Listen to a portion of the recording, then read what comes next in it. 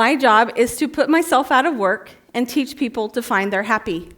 When I do this, it's very complex initially because people come in and they have the decision to, this is one of my props,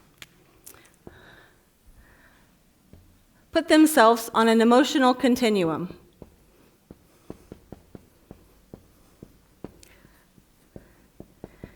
This goes forever in both directions. This side being bad and this side being good. Imagine no one comes in and says, I would like to pay you because my life is wonderful. They come in and they're usually at the end of their rope, and they might define themselves as right there, 100% bad. My goal is to help them with hope and to move them along the continuum. I do that initially by asking them, what's good in your life? They've told me everything bad, and now they're stuck. They can't define the good. So we work together, and I help them. Usually, this emotion is automatic. It's an automatic thought. Why did you catch that ball? He said, I threw it at him. That's why he caught it. Okay? So when I do that, is that really, did he have to learn that? He didn't come out of the womb knowing how to do that, did he? His mom had to throw it at him, or his dad had to throw it at him. Multiple times he fell over, picked himself back up, and they kept throwing it at him until he got good at it. As we work to deal with our emotions, we have to practice.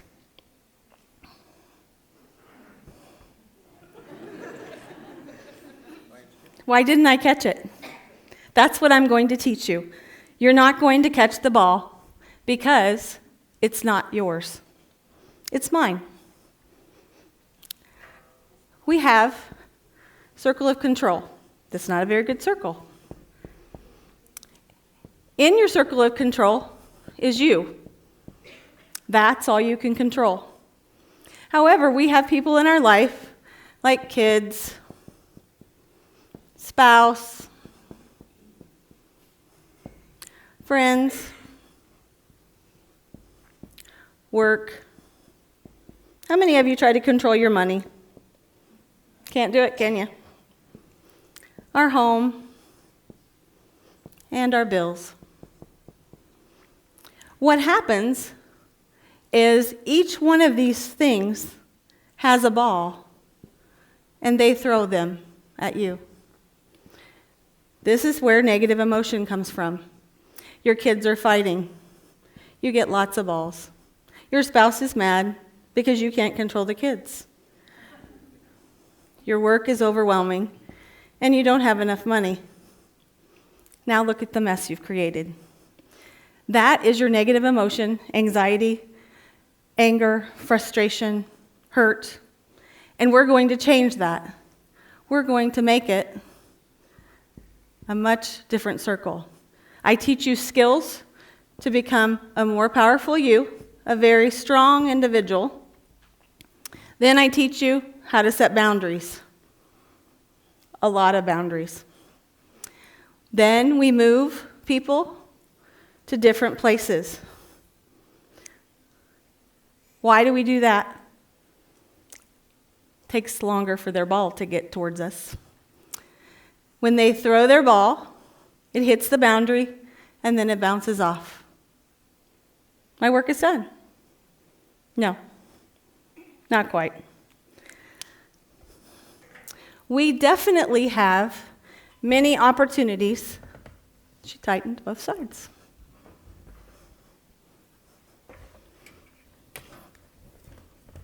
Well, there we go.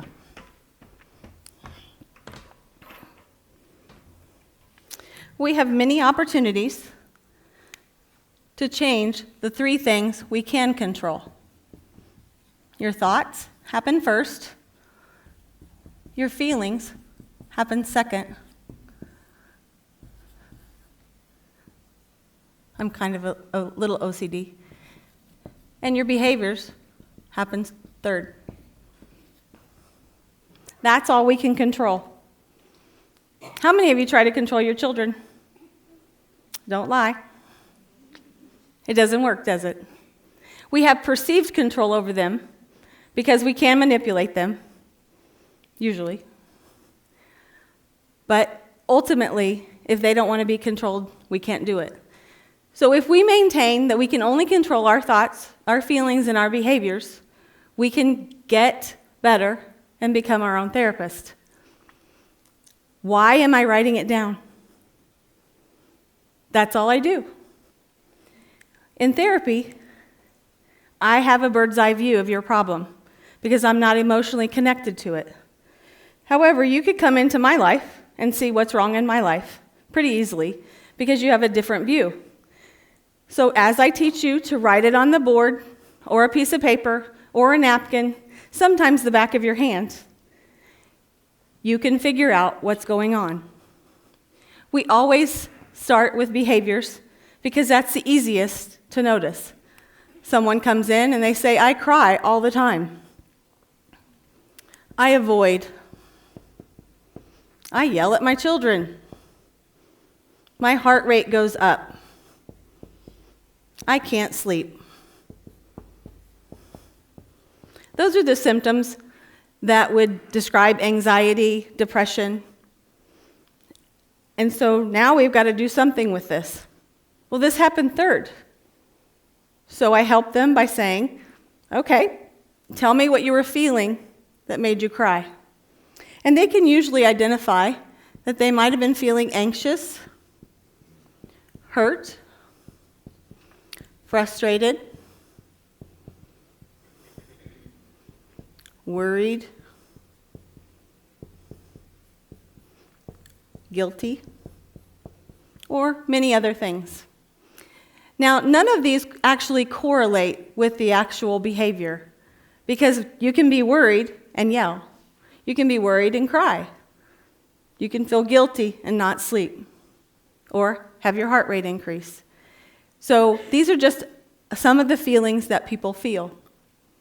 Then I say to them, fairly simple, what were you thinking when this happened? There are 5 universal types of thoughts, and they are, I can't, I'm not okay, no one cares, everything falls apart, and the famous, I should.